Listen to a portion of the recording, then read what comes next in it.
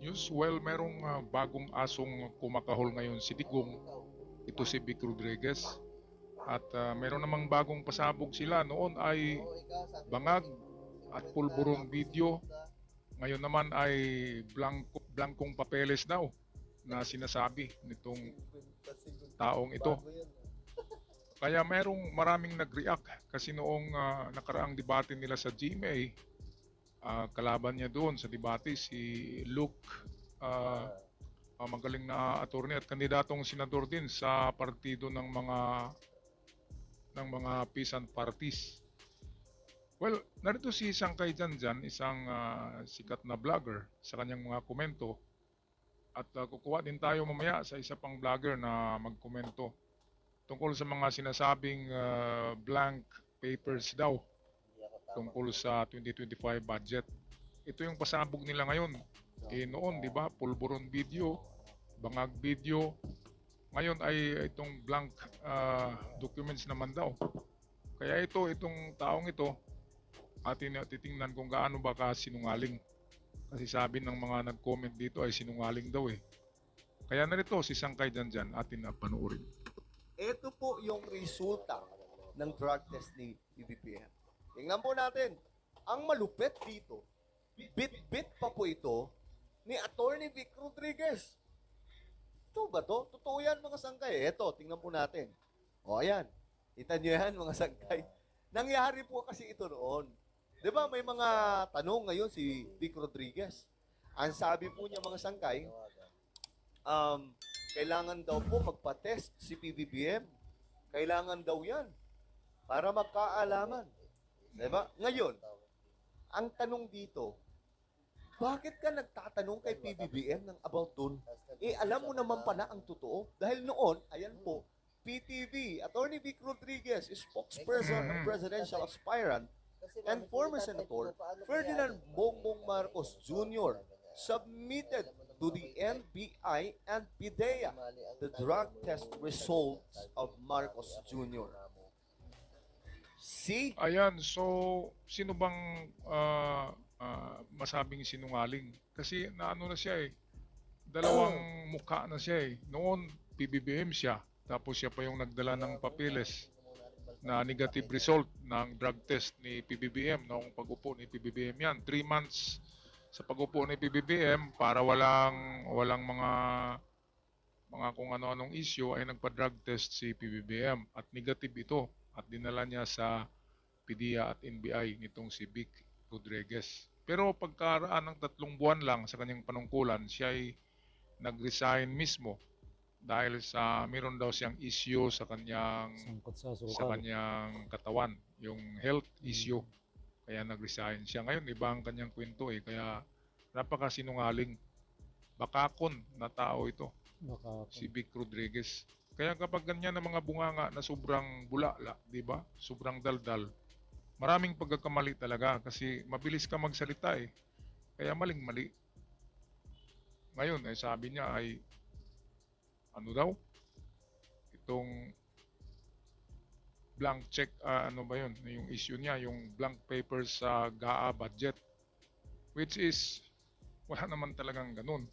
Kasi ang nag-approve noon ay napakaraming departamento, di ba? Kaya walang ano doon. Sabi nga ni PBBM ay matigil ang operasyon ng buong bansa kapag baguhin o tingnan muli kung paano ginawa yung GAA budget ng 2025. Kaya napakalaging kasinungalingan, ito yung pasabog nila ngayon ni Digong para sirain na naman ang panggobyerno ni PBBM dahil malapit na ang ICC.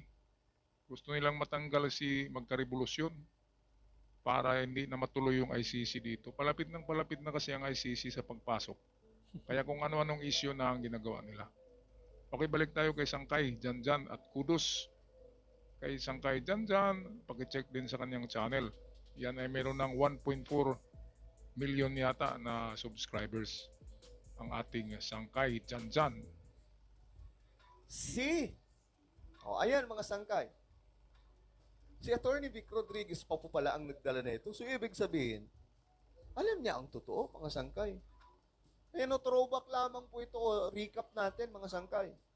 Sa Mindanao, alam mo, medyo nakakaawa si Attorney Vic Rodriguez dahil sumalang siya dyan sa debate ng GMA at nahuli yung kanyang kasinungalingan. Ito naman ang ating isang ka-vlogger na pro PBBM ay meron siyang napansin na kasinungalingan kay Vic Rodriguez at hindi lang yan, kahit sila Jessica Suho ay sinupalpal eh.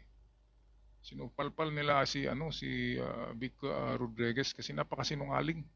So eto, pakinggan natin ang kanilang mga sinasabi. Hindi ko alam kung karma ito, maawa ka ba o ano, kasi grabe naman kasi ito bumirada kay PBBM, parang hindi siya dating empleyado ng presidente. Pinagpaliwanag si Vic Rodriguez bakit siya kumalas kay PBBM. Sabi niya hindi ko masikmura ang korupsyon. Sabi niya 3 months pa lang siyang nakakaupo dyan, talamak na yung korupsyon. Paano yun? Yung iba nga hindi pa sumasahod eh. Kapag bagong pasok ka sa gobyerno, mag-aayos ka pa dyan ng mga papeles, mga dokumento, mga requirements. Tama. Kasi ako pumasok ako noon sa sa DepEd, gobyerno 'yan. At tama nga, 2 buwan ako bago nakasahod eh. Kasi yung papeles mo hindi pa na-approve lahat pagpasok mo kasi matagal mag-process ng papeles sa gobyerno. Kaya totoong 3 months pa lang, paano ka makapag-obserba ng katiwalian? Pinaprocess pa ang mga noon eh. Di ba? Mga budget, pinaprocess. Matagal yan kasi matagal nga magsweldo sa gobyerno. Kaya kung merong i-process na mga budget, na mga pera dyan sa DBM, ay matagal na proseso yan. Hindi makukuha ng 2 months o 3 months. 3 months lang pala si Vic Rodriguez sa pamahalaan ni PBBM. Tapos magsabi na siya na hindi niya masikmura ang Corruption. ang korupsyon. Paano mag-corrupt? Wala pang ang sweldo eh. Tarantado talaga. Kaya dyan pa lang mahuhuli ang isda, di ba? Sa kanyang mga sinasabi, mahuhuli siya kagaya ng amo niya eh. Yang isog party na yan, huwag niyong ibuto yan. Niyo yan. Kahit isa. Kasi mga sinungaling. Okay, balik tayo sa ating ka-vlogger. Ibig sabihin, yung maraming empleyado, actually wala pa nga mga ina-appoint ng presidente dyan eh. Mangilan-ngilan pa lang yung na-appoint dyan eh. Talamak na agad ang korupsyon. Paano nasabi ni Vic Rodriguez siya na talamak na agad korupsyon, samantalang 3 months pa lang siyang nakakaupo? Tama. Number 1 yan. Number 2, nagsinungaling siya. Kasi, sabi niya, yung umalis siya sa gobyerno ni PBBM, sabi niya, magpo-focus siya sa kanyang kalusugan. Diba? Sinungaling pala siya. Talaga. Niloko niya yung taong bayan. Bakit siya umalis? May ebidensya Kaliwat ka ng pahayagan, kahit i-check ninyo yan, nandiyan pa rin yan. Vic Rodriguez confirms complete exit from PBBM admin. May drama pa siya dyan, na mahaba raw po yung kanilang naging usapan ni PBBM dyan, at ang sinabi niya, magpo-focus siya sa kanyang pamilya. Tapos bigla ngayon, nagbago na ng kwento. Talamak daw po ang korupsyon, kaya nababara din siya ni Luke Espiritu, sino yung mga nakadedebate niya, kawawa siya. Sina Attorney Vic Rodriguez at Attorney Luke Espiritu. Ito, si Luke Espiritu pala, ito yung kandidato yan sa partido ng mga masa, yung makabayan, mga leftist, makaliwa. Diba? Pero, hindi naman sila talagang pabor kay PBBM, pero sa nakita nila nitong partido ni Luke Espiritu, ay kung ipagtapat mo sila Digong tsaka PBBM, wala talaga sila ibang choice kung di si PBBM ang ibubuto. Kaysa ibubuto nila yung tutukhangin ka. Di ba? Maisog eh.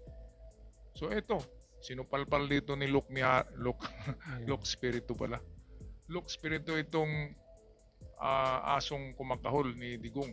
Atin na panoorin kung paano niya sinupalpal ito. Ako po ay sang-ayon na sa mandatory drug testing sa lahat ng elected and appointed officials sa gobyerno. Pakinggan po naman natin ang posisyon ni Attorney Luke Espiritu. Ang pagsugpo sa droga, hindi yan magic formula. para sulbahin ang lahat ng kabulukan sa gobyerno. Eh, dyan na naman tayo. Ginagamit na naman natin ang droga bilang pinagkakasya natin ang problema ng buong bayan na yan ang magiging problema na yan ay tukhang mentality ni Duterte. Kaya Tama. yan lumalabas. Dahil aminin na natin, nagbabanggaan si Marcos at si Duterte, pinaparatangan niya si Marcos na bangag. Kaya meron tayong mga mandatory drug testing na ganyan. Eh, sawang-sawa na ang taong bayan sa bangayan ng Marcos at Duterte. Pag-usapan niyo yung tunay na issue sa kahirapan, hindi yung mga droga-droga na yan. Ayan, pero tapos na yung drug test eh. Bakit magpa-drug test pa ang presidente? Eh, tapos na nga. Eh, para kang luko-luko na tumatalima sa utos nitong asong ulol na ito. Eh, si Digong nga, nung panahon ni Digong, hindi siya nagpa-drug test eh. Kasi siguradong positive sa fentanyl. At hindi lang fentanyl. Marami pa. Sa mukha ng Diba? panot niya. Meron kasing immunity ang presidente. Pwedeng ayaw siya kung anong ipag-utos diyan ng mga asong ulol. Siya yung chief of highest ranking official sa gobyerno natin. Tanging presidente lang ang may immunity sa lahat kahit kaso. Kaya hindi pwedeng pakutusan si PBBM. Si Digong nga noon, hindi rin na hindi rin nagpa-drug test kasi ayaw niya kasi presidente siya eh, di ba? Eh, si PBBM bago umupo ay nagpa-drug test yan para malaman talaga kung totoo yung mga sinasabi. Pero negative eh. Ngayon binabalikan na naman nila. Tapos na nga yung pulburon eh. Hindi si PBBM, klarong-klaro naman sa video na look-alike lamang. Ngayon, kumahanap naman sila ng bagong issue. Ang bagong issue ngayon, kinuha nila tong si Vic Rodriguez kasi isa ito sa tauhan ni PBBM noon. Pero wala itong alam kasi 3 months lang to sa serbisyo eh. Wala pa siyang alam sa inner circle ng gobyerno ni PBBM. Kaya yung mga sinasabi niya, gawa-gawa niya lang sa tingin ko.